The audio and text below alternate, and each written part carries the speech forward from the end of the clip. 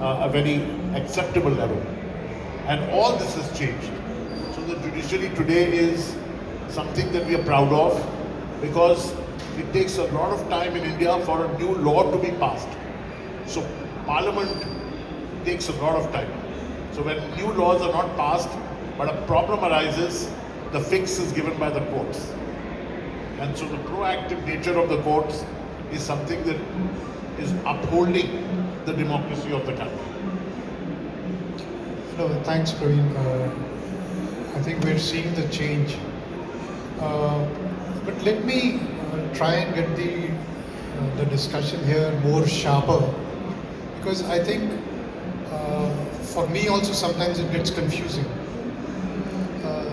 There is a lot of digital transformation happening, but as Vineet said, you know, digital transformation has been happening for a lot of time, many years.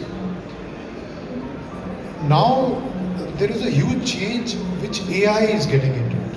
So I would like to kind of draw a line and focus more on AI and not, I mean, AI is a part of digital transformation, but focus on AI, which is really the topic here. And in AI, focus on the what I call innovation and value creation happening from innovation.